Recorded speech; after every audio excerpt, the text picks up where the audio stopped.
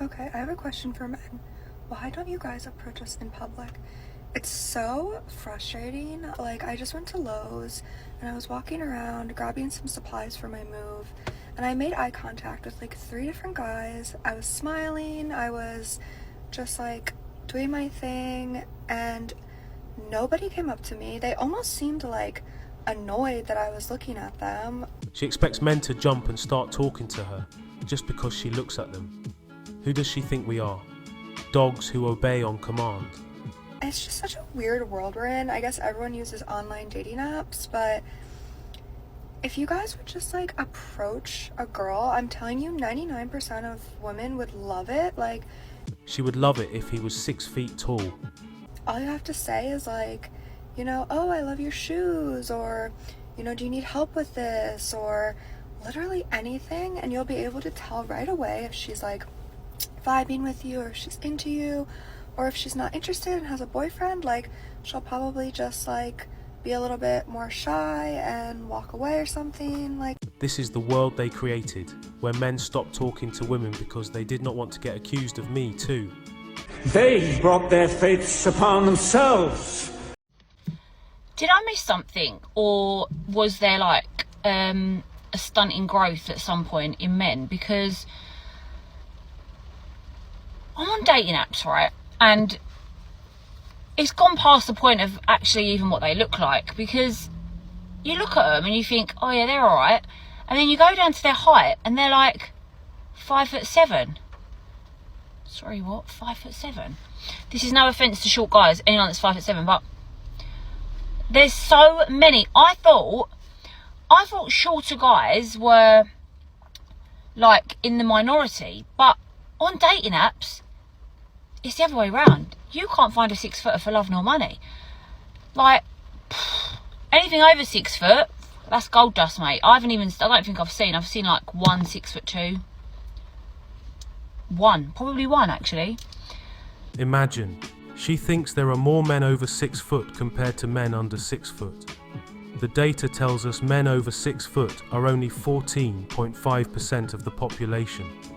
If she referred to these men as gold dust, she should realise the majority of these men are probably already in relationships, and she is desperate for an over 6 foot man, but she won't get one anytime soon. But I didn't realise that there were that many men that were 5'7", 5'8".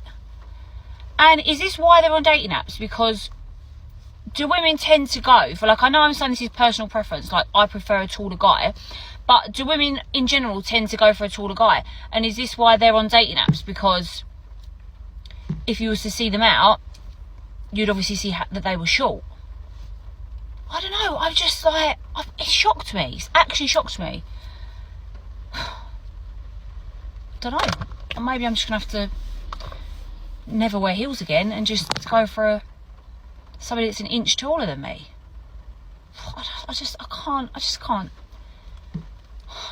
I give up. It's interesting how modern women's standards constantly work against them when it comes to them finding a relationship. From their height preferences to the man's income and looks. Then we also have to consider the woman's personality and how it drives most of men to become alcoholics. I'm drunk. I've been asked a lot of questions about getting divorced, and sometimes finding answers is really hard, but I want to tell you the thing that maybe made the biggest difference in my decision to end my marriage. I mean, there were a lot of factors, but the biggest like, at the end of the day, this is how I knew thing was I imagined, and let me just preface, sorry, I know this is very ADHD all over the place, but let me just preface this by saying one of the things that I do as a parent, or when I had kids, what I decided was that I was going to do everything I possibly could to make decisions that I would want my children to make. I try to talk to myself the way that I would want my child to talk to themselves. I try to make decisions that I would want them to copy. When I'm trying to make decisions, sometimes I think, what would I want them to do? And then I try to do that thing. because I can only tell them so much, right? Like, they're going to learn from what I do more than what I say. So when I went, oh my God, the pain, the chaos, the trauma that it's going to cause to my kids to get divorced, I was like, I can't, I'll just stay. And then I thought, if my daughter came to me and told me, this is what's happening, this is what has happened, this is where I am, what would I hope that she would do? And I was like, I mean, I'm not someone that jumps to divorce, right? But I would absolutely say, run, leave, get out. I will help you however I can.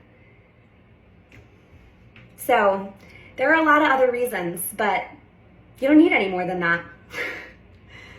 That was it. This is absolutely insane. She basically put herself in her children's shoes and thought about what she would want her children to do, and her answer was to destroy her family. She could have tried temporary separation in order to resolve her and her partner's differences, but she chose not to. Unfortunately for her, breaking apart a family can do more harm than good to a child's life. I wouldn't be surprised.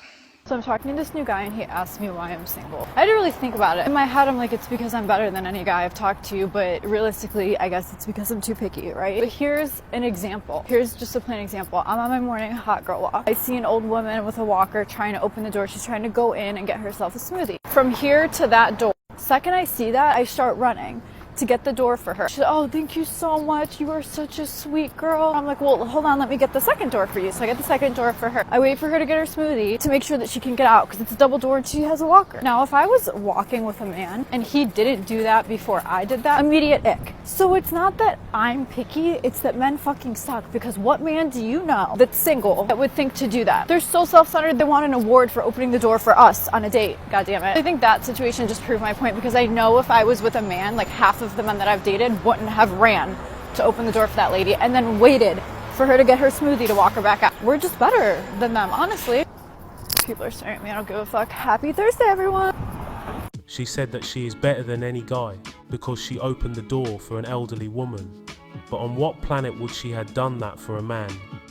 She also referred to herself as having a hot girl walk and said she's too picky, but she had the nerve to call men self-centered.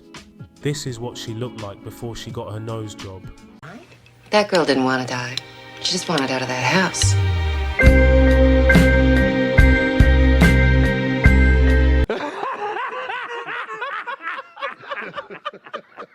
I froze my eggs at 36. I did it at an extremely reputable place, had a good result, and the fertility doctor was like, you're good. And so I just kind of thought I had time, and I thought that I could put my life together. Ideally wanted to meet someone who I felt was going to be a good parent. And I did that at 40. Around 41, we decided to fertilize the eggs, and none of them worked. You know, I think this is an important conversation in itself, how much clinics are overselling the egg freezing success. And now we're starting to see results. This is not to suggest people shouldn't do it. It's just to make sure that you're doing your own research. You know, then I went to get my fertility measures checked, which I think everyone should do over the age of even 30. My fertility was dismal. And the doctors said, we'll try a round. You should look at donor egg or adoption. And so we did a round, didn't get much. And then he said, you know, let's start to go in a different direction. And I was like thinking to myself, if I had only tried once at everything that was important to me, right? Like, I would have done nothing. Right? And this was maybe the most important thing. Instead of women following their biological nature to have children during their 20s, they want to pursue a career or ride the carousel. They freeze their eggs hoping to have children in their 40s, but come to realise freezing their egg have a low chance of probability. The doctors who do this must be making lots of money. They're enjoying the extra cash. I'm rich. All right, some of you aren't going to like what I'm about to say. What else is new? Anyways, I have realized as I've matured in life, dating someone older, for me, it's like 38 and above. If they have been engaged or they're divorced, that is a green flag. If they have never been engaged or never married, that is a red flag. And a lot of you are going to disagree. You're going to hate what I just said. But let me break this down for you.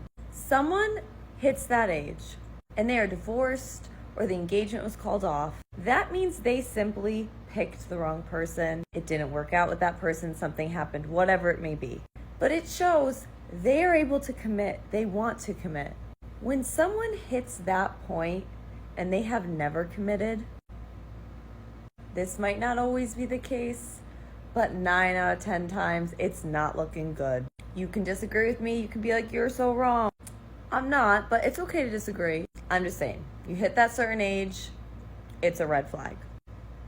That's all. These 304s have become so desperate for commitment. Just because average guys don't want to commit to them any longer, they're willing to date divorced men in hopes they will get commitment from them, because those men have committed through marriage before. This takes ignorance to another level, because she is willing to ignore the fact the previous marriage could not have worked because of cheating, financial difficulties, or arguments. She is willing to ignore all of that just so she can increase her chance of getting married someday. Most guys who went through a divorce don't want to marry again. It's too much of a headache, but she believes the guy with a destroyed marriage is a green flag, and the guy without a history of marriage is a red flag. You poor, deluded fools! My husband just told me that my engagement ring is the same one that he bought for his ex-fiance. I came home and I was talking about how much I love this ring. Now, I do. It's beautiful. And he was like, oh yeah, Erica loved it too. And I was like, Erica, the other girl you're going to marry? And he goes, yeah, it's the same ring that I gave to her. I don't even know how to feel right now. Don't worry about it. Commitment is the most important thing. This is a green flag.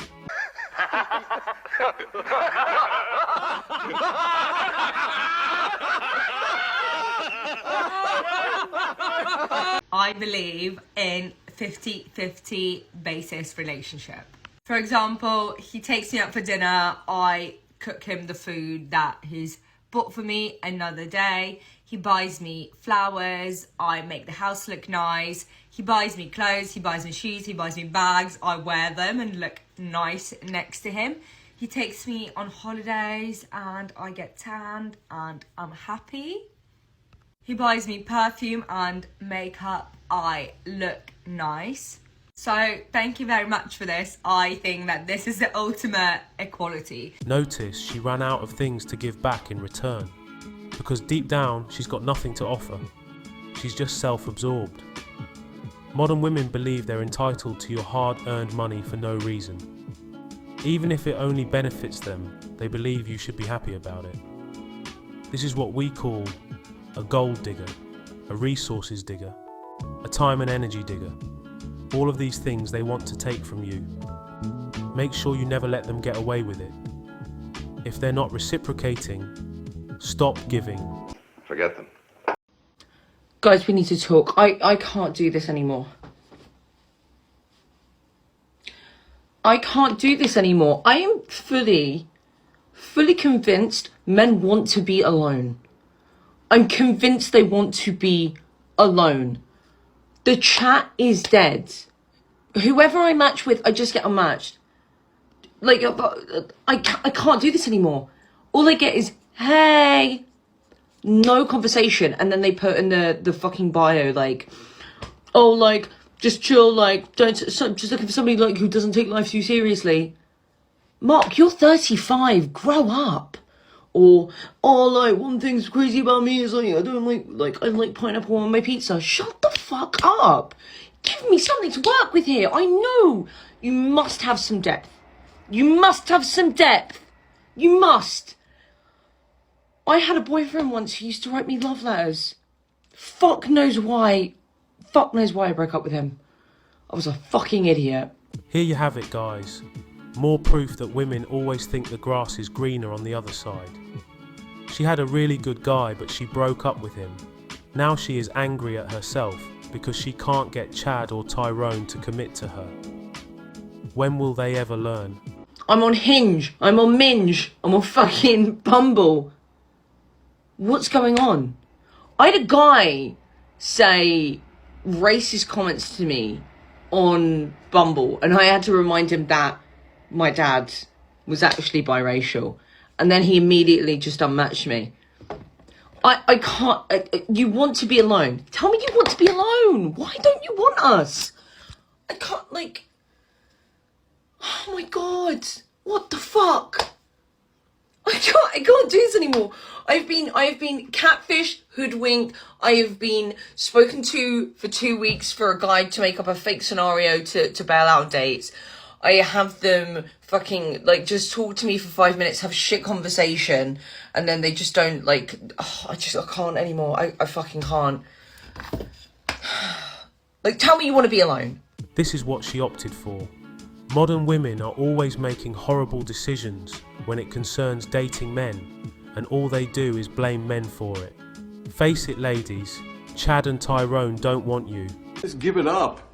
I'm just like, I get it that they don't want to date someone that's had a past like me, but I don't understand it. I simply don't understand it because I probably had sex with the same or less amount of people that you have.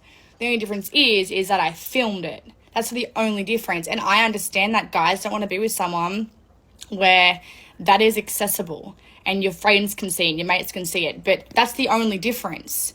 Doesn't mean I'm more of a whore, or I'm more of a this, or I'm more of a that, or I'm looser, or I have more STDs. It doesn't mean that at all. In fact, S workers actually get tested quite often. It's just so funny how we get so stigmatized into thinking that we're disgusting and we're dirty and we're filthy and we've had so many people in us, when it's quite frankly not the case at all. Most of us are complete opposite to that. And 99.9% of S workers get tested regularly if they're making regular and consistent content with people. I myself, if you really want to know, haven't made content with BG for a very long time. I'm not saying they should like leave my past and like not worry about my past. I'm saying that like the things that I've done in the past are who I am and what have made me who I am to this person today. It doesn't mean it's in the past and to be left in the past forever. I still make content by myself. I still run OF. I think I'm still in the adult industry. I just mean, why should past like that affect you? But I get why it affects you, but I still don't really understand it, because it's like me saying, well, you've slept with 200 women or 100 women. That's disgusting. When I've slept with way less. Do you know what I mean? And you guys all have this assumption that we're filthy, grotty animals. And like, it's so far from that. Like, have you, a normal person that has SEX, I bet 50%, more than 50% of you have not even been checked in the past 3 years for an STD. What she said doesn't even make any sense. She tried to say men are judging her for her past, but she literally admitted she is still doing this kind of content. She acts as if the amount of guys she's been with negates the fact that every Tom, Dick and Harry can still see her getting her back blown out on their phone screens. So, what we can take from this is they engage in 304 behaviour and make random excuses to justify it. Modern women never take accountability for their 304 behaviour. That's right, they never do. Men can drive us crazy and make us feel crazy, but they're not the sole reason that we're crazy. Most women are just kind of crazy because we have a little bit of cray-cray. Listen, I have a little bit of cray-cray in me. It's fine. I don't consider it a bad thing. It's not even a flaw for me. I feel like that makes me an even more like valuable, fun, transparent person. I can be crazy, and that's not like a negative thing. Right, so I finally got accepted to Raya or Rail, whatever the fuck it's called, yeah. I go on there, I make my profile, because I'm thinking, like, maybe it's time to move away from the army men, and it's time to move on to some footballers. I would love to be a WAG. That is the end goal, surely, for anyone. It is for me. Is anyone else just getting really tired of British dating culture right now? Like, I'm just really fed up of swiping one way, having meaningless conversation, getting ghosted, then maybe meeting someone, going on a few dates, it feel like it's going in a direction, and then for whatever reason, it stops. This isn't fun. Alright, you're dating this guy, absolutely perfect. He does no wrong. But you're bored as fuck, and you want to break up with him. I know what you're probably thinking. You're like, what's wrong with me? Like, he's perfect. I'm the issue. No, you're not. You need to do what's best for you. Like, I can't emphasize this enough. You're young, you're hot, you need to be selfish. Okay, so I need somebody to please enlighten me about why some guys do this super annoying thing where they'll act like they want to genuinely meet up with you, then they'll organise a day or time you're going to meet. Then all of a sudden the day will come and they just either won't talk or they'll bail out at the last minute. They'll just be like, oh, sorry, I got busy. I'm not going to chase you. I'm not going to sit here and prove my worth. I'm not going to try to manipulate you to believe that I'm better than anybody else.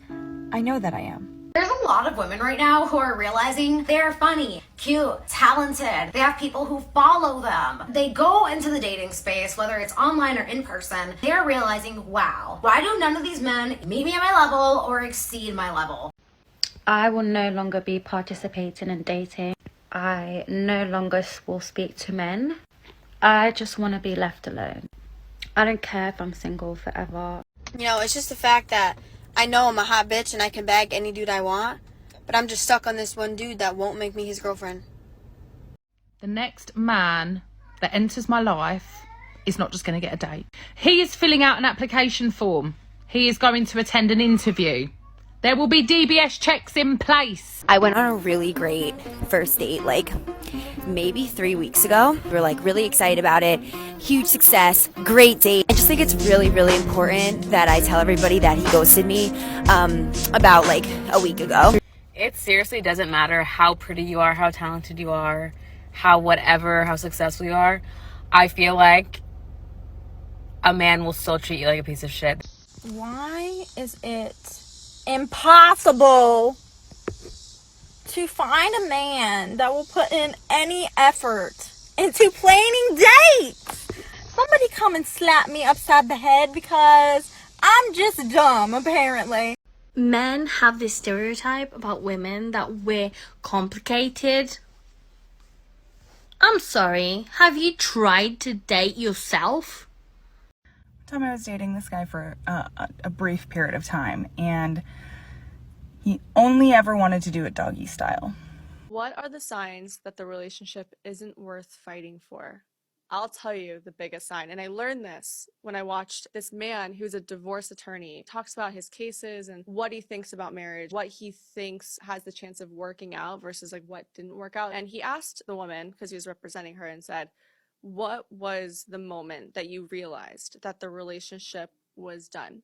She said that he every morning would always make sure that her granola was refilled, not even have to ask, and just always refill it for her, right? He'd write these little post-its too for her when he was leaving. Even after all these fighting, he'd still do it. The day she knew that the relationship was over was when he stopped filling the granola, stopped doing the letters, because he stopped caring. The moment you realize the relationship isn't worth fighting for is when you realize that that person just doesn't care. You're just tired, you give up. It's the giving up part. She realized in that moment that he just didn't have anything left in him to keep the relationship going. The irony is, her husband obviously got pushed to a point where he did not want to fill the granola any longer, and he did not want to write those post-it notes. So the question we need to ask ourselves is, what did she do to push him to the point where he stopped doing it? He used to do it, even after they argued. So it sounds like to me, the husband got fed up with her over something. And she did not want to take any accountability for her behaviours, which led to the collapse of the marriage. So what did she do instead? She filed for divorce. She was a bitter woman. So I was speaking with a girlfriend the other day about divorce, and she was asking me, when was one of the first signs that I knew something was wrong with my marriage? And I have this memory so heavily imprinted on my brain, I can still feel it to this day, and it sounds so weird. It was the middle of the night, we were both asleep, and in the middle of the night, my ex, while he was asleep, grabbed me from behind for a like spoon hug in bed. It was like one of those really good big bear hugs in bed. And that sent me like electricity through my body. I've never in that marriage experienced such joy than when he hugged me in that moment. And he was asleep and he wasn't doing it intentionally. And that joy and elation carried me through the week. I was walking on cloud 9 because of that hug. And I kept thinking about it, and I started thinking, like in hindsight obviously, why am I so excited about a simple hug when he was unconscious? That's how little I had the affection that I needed. And it kind of clicked. I was like, that tiny little absolute nothing moment ended up being the best thing in my marriage that week. And that incident is what made me start kind of taking inventory of my relationship and taking a really hard look at it and realizing all the holes that were in my marriage. Okay, calm down. I did not divorce him because of the hug. It was years after that we ended up getting divorced. But it was just one of those things that kind of started getting my brain thinking. We all kind of have those like dominant moments, don't we? Where something happens that makes us start thinking about all of these other things that we need to be thinking about. Like you've woken up and you can now actually see your relationship for what it is. Anyways, it's such a random moment, but I've never forgotten that feeling. And it's different for everyone. Everyone has one of those like first aha moments, and it's usually something really small. At first I thought to myself that if a simple hug could make her feel so amazing, perhaps she really loves him and adores him. Maybe it's real love she's feeling, and she could find more ways to experience that closeness and affection to make their marriage stronger. But instead, she took that as a sign to figure out what is missing in her life to find reasons to divorce him. What a piece of shit. When does the grieving process stop after divorce? Well, let's talk about that for a minute. Now, I'm a believer that grief is a human experience and that we can't ever control when it starts, when it stops, and if it ever really goes away. It's just part of life. And I even have moments, even though I'm so freaking glad that I got divorced, like I have not regretted it one day in my life. The only thing I regretted was not leaving sooner. And you know what? If you got left, different side of the coin, but same thing, the grief. It still hits me from time to time. And it's not like I get overly sad. It's just kind of like a ping that hits my heart, and I just kind of feel like, oh, you know, like there's a weight to it. Or like I'll feel like guilty for something that my kids are experiencing and I can't fix it. And I'm like, it's because of the divorce. Like I just blame myself sometimes. And it happens still 7 years later. And the reason I'm telling you this is because, listen, grief is grief. Starting over is starting over. Loss is loss. And you can't decide when that shuts off. Because you hit certain times where you're just like, this sucks. Or you see your kids struggling. Or you're reminded of something with your ex. Or I don't fucking know. It's just life, right? So the goal isn't really to like make the grief go away. The goal is to like navigate it and walk in it. And recognize like, hey grief, I see you. And then put it away, you know? If she doesn't regret it, why is she grieving over it? Probably because she knows deep down she made a horrible mistake or did something wrong. She's trying her best to justify her decision to get divorced, but she lives with the constant reminder of guilt about how her children were affected by her decision. She acknowledged that she still feels the grief after 7 years. This doesn't sound like somebody who is happy to get divorced as she claims to be. Poor, deluded females. I am so tired of feeling like it's never going to be my turn to find love, and I know that someone out there knows what I mean right now. Like, I know I'm overreacting to this specific incident, but this is like the 4th time this has happened since I re-downloaded the dating apps earlier this month and decided, you know what, I'm an adult. I'm going to try and get like an adult relationship and actually do dating for once. So we match, we talk for a while, we plan the date, right? We can't do that day. We move the date to this day. Totally fine. I go, how about 5:30? Reasonable time. Let's actually get dinner. Like, let's commit to this. This seems promising. He goes, okay. Then he texts me and goes, can we actually do 6:30? Because I have a meeting. It's going to run a little long. I'll be able to do 6:30 instead. And I said, that's a little bit annoying because it's a tad bit late. I'm going to be starving, but that's fine. So today's the day, right? 5:45 rolls around. I've just finished doing my hair and makeup, and I get another text from him going, hey, I'm running late again. Could it be possible that we move the date to 7 again? So I text all my friends, both guys and girls, just to make sure I'm not crazy and go, do I allow this? And they go, no. Moving it once, maybe. Twice, that's where I would have stopped it. But a 3rd time? Absolutely not. I'm starving at this point, and that's just disrespectful of my time. So I send him a little respectful, you know what? Hey, don't even sweat it. Like, you enjoy your evening. It's pretty late already, and I am starving, so I'm just gonna eat. And he keeps texting me, and he's also like now trying to guilt trip me, being like, I'm not going to enjoy my evening, like, blah.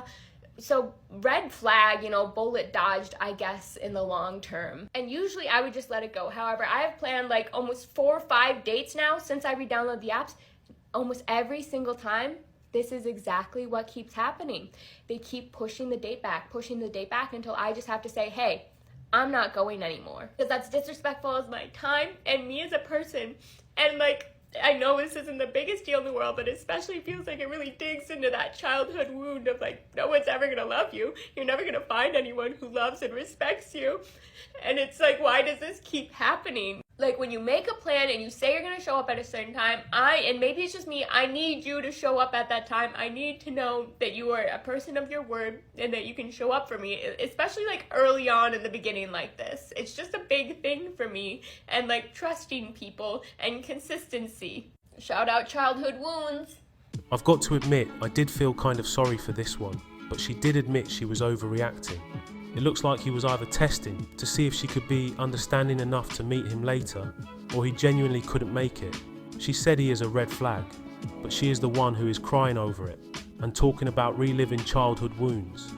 All she had to do is reschedule it for another day, but instead she goes on a tirade about being disrespected. She said she is starting to feel crazy at this point. Well, she is crazy. Why is it so hard to find a man who respects you and your time as a person? These are some very bare minimum standards to be setting, and why does it feel so impossible for them to meet? Like, I've had enough. I'm exhausted. It feels like there's absolutely no end in sight. Everyone on this planet deserves someone who respects them and their time and treats them well. And I'm not even asking people to like move mountains for me anymore at this point. It feels crazy. Like these boys and dating are genuinely starting to make me feel crazy. it's not about him respecting her time. It's about her being understanding enough to realise he can't make it at the time they originally agreed. If women get angry and stroppy about things like this, it's better if you avoid them entirely. Avoid like the fucking plague. I always joke about how like I leave a snail trail everywhere I go. If I'm in gym clothes especially, it seeps through so bad. It's on every seat that I sit on, whatever. Even in high school, this was like a thing. But I knew it was really bad when today at Pilates, we were sitting on the reformer and we were doing like little swimming things, and I touched down, and when I stood back up into a like more standing position, my instructor like jokingly was like, I got you guys sweating on that reformer, especially you, meaning me. I wasn't sweating. That was just trailing, just sliming that machine up. And I was like, yeah. So I sat down and like did the white forward thing. But like also, she shouldn't have called me out because it's like fucking shady. Like I feel like she knew that like obviously it wasn't sweat, but like whatever. But even at the gym and stuff, like I have to literally like carry a towel and like wipe that shit off. And it's not even embarrassing. It's just like, why? This is just nasty. Who wants to use a gym machine after it's covered in poon juice? Not to mention after it's dried up. This is not as uncommon as you think it is. The correct term is called a coregasm. It typically happens during an intense core workout, specifically when engaging the abs and pelvic floor muscles. So if you want to avoid using a stain machine, make sure you bring some hydrochloric acid to get rid of the stains and wear a gas mask for the smell. Nasty. Okay, fat women, I'm gonna teach you how to get the princess treatment from men, and I'm talking like you're over 300 pounds and men are treating you like gold. I have been flown out. I have been wined and dined. I've had very respectful conversations. I get flowers regularly. I'm not gonna lie to you. This takes time. It takes patience, understanding. You want a quick fix? This is probably not the video for you. I tell them I like flowers. I like flowers regularly. Flowers make me feel blah, blah, blah.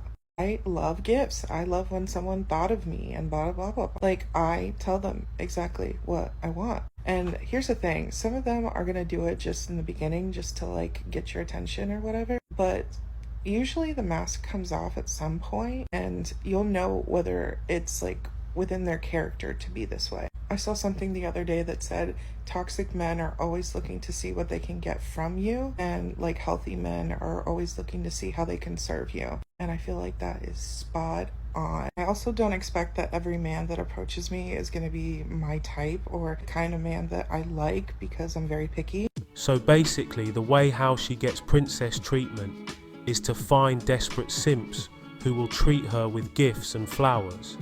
And she avoids the high-value men who would not look twice at her. She describes the men who want to serve her as healthy men, more like unhealthy idiots. They're utterly fooled. All of my Gen X single ladies, I just turned 53 and was in Europe. I've been single for years. I can't get arrested in the United States. I haven't had a date and I can't even tell you how long. It's just weird how we're obsessed with age, and at 53, it's like I'm invisible. Not in Europe. Whatever you do, if you are a single woman over the age of 50, get your butts to Europe. Go anywhere in Europe. I was in Copenhagen, I was in Paris, I was in Milan, Italy. Oh my God. I mean, I felt alive again. Men were gentlemen. They were looking, they were saying, they were flirting. Their flirt game is solid. I felt like I was in my 20s again. It was amazing. They just don't have an issue with age over there. They love older women. They respect older women. Older women are sexy to them. It's so different here. It's like we're invisible over a certain age. Not over there. Not to mention they dress better, they smell better, and they're way more cultured. And sexy accents. It was the ultimate ego boost vacation. It just goes to show how much men have given up on women in the West. It takes a post-war woman to go into Europe to get the attention from men that she is not getting from back home. Mostly because so much men have gone their own way and got tired of giving women attention. Sounds like she got her back blown out by Giovanni while she was on her trip to Europe. And that is what generally happens. They start to look for younger men. She's that desperate. I am fed up with men at the moment, and it is because of the internet. And it's not all men, but there is a lot of men commenting on girls' videos. There's a trend going around at the moment, which is like about how women are like a 10 in the US or the UK and like a 2.5 in Slovakia. And there are men commenting and being like, yeah, but you're not a 10 in the US or UK, you're like a 2, you're so ugly. And it really is like getting to me. I'm not talking about myself even, like it's just really upsetting that that's how we're treating women now, and that's how a lot of men feel about women. Let's talk about how women feel about men. How they devalue men because he's under 6 feet tall, if he doesn't make over 100k per year, or if he doesn't have a chiseled jawline. In my personal opinion, women get off lightly. They're only judged for their physical looks and weight, but men are judged for so many different things that we can barely keep up. It's true. That is true. Okay, can someone please tell me why do you need to put your occupation on dating apps? A lot of you might not agree with me, and that's fine. But I don't think it should be a thing. And I'll tell you for why. When I'm swiping, I don't care what someone does for a living. That ain't what I'm looking at. That should be in like a private conversation. Just saying. And before you ask, well, what do you do for a living? Wouldn't you want to know? I don't judge someone on what they do for a living. I don't judge them on looks. I don't judge them on anything like that. I judge them on their soul. Because if they've got a good soul, they're good for your whole. She just doesn't want to put her occupation up because she's probably an OF girl and nobody wants to take her seriously. She made her choice. Y'all ever taken a fruit roll up and put it around a and then give it a Because I did that last week and it was the most fun I've ever given. And then tell me why this just showed up on my doorstep from the guy that I gave the to. Modern women are telling on themselves as usual, letting the entire world know that she belongs to the streets. Now any guy who wants to get busy with her just needs to buy her some fruit roll-ups and she will be ready. A, she was a hooah. B, she was a hooah. I refer to pretty much everyone I've ever dated as my ex, which really seems to anger a lot of people. So here's my official scale for whether or not you get called an ex. Now, if we only went on one date, I will not call you my ex. I'm generous like that. I'll refer to you as the guy I went out with or a guy I went out with once if we just went on one date. Here's where it gets dicey. If we went on 2 to 4 dates, I'm referring to you as a guy I dated. Because 2 dates, you're dating. You're going on dates. 4 dates, you're dating. You're going on dates. So if we went on 4 dates and then never saw each other again and then I see you in public, I'm going to say to my friend, that's a guy I dated. People hate this, but that's what I'm going to say. If we went on over 5 dates, congrats. You're my ex. You're my ex. You might not want to be my ex, but I'm gonna call you my ex because it's way faster than saying a man that I saw for likely over a month, assuming you're going on 1 date a week. And it wasn't serious, but it could have been headed in that direction. Maybe it was serious. Faster to call you my ex, so I'm gonna call you my ex. And here's the one that everyone hates. If we were exclusive, even if you weren't my boyfriend, I'm gonna refer to you as my ex-boyfriend. And sometimes I'll call a guy when on 1 date with my ex-boyfriend, just to keep it interesting. She tries to say if she meets a guy more than 5 times, it's an ex. She does this to give herself the feeling that she's had some relationships. The truth is, regardless if they pumped and dumped after the first date or after the 5th date, she still did not mean anything to those guys. If she alters the meaning of what a relationship means, imagine how she alters the meaning of what her body count means. What would her real body count be? It's over 9,000! I swear to God, I have to laugh at this point, otherwise I will cry. Not me giving a short king a chance. 5'7", he was. Small man, short king. I'm 5'8 3/4. What does he do? He fucking ghosts me. He ghosts me. A short king. Fucking hell. Just because a guy is shorter than her, it doesn't mean he has to put up with her or he can't have his own standards. He was probably turned off by her personality, or maybe her feet smelled and he decided to run for the hills. Her feet stink! Honestly, the audacity of some men is ridiculous. I went on a Hinge date last week, and while we were on that date, he was planning the next one, which to me signals he's interested. Tell me why. 1 day later, after that Hinge date, I went and checked his profile, because I was just curious. I was like, let's see if he's updated anything. He's done a full profile revamp. Not just a new photo, I'm talking all new photos, new orders, new prompts. He sat down and went, what is going to get the girls? New job. So I do not think he got a new job in the space of 24 hours. And also he's attached his Instagram for the girls. That is the biggest slap in the face. And the main thing is that he's still being like, yeah, I want to take you on another date, while he's updating his Hinge profile. What do you think I should do? And has this happened to anyone? I feel like lots of guys do this. Maybe girls do it as well. But yeah, that is the biggest slap in the face. Be going on that Hinge date on Monday, I'm pretty sure, but tell me if you think I'm being crazy. What do you think, Nuki? What do you think? Hey? Sounds like to me the guy wanted to explore his options further after meeting her. I don't think the guy was a Chad in this case. I think he thought he could do better than her, so he decided to try his chances to meet more women. Maybe he recently changed his dating profile, did some looks maxing, or became rich, and realised he could date more women compared to before. Good for him. My hair is literally stuck in the fucking hair whisk. The fucking... Oh, fucking hell. What do I do? What the fuck do I do?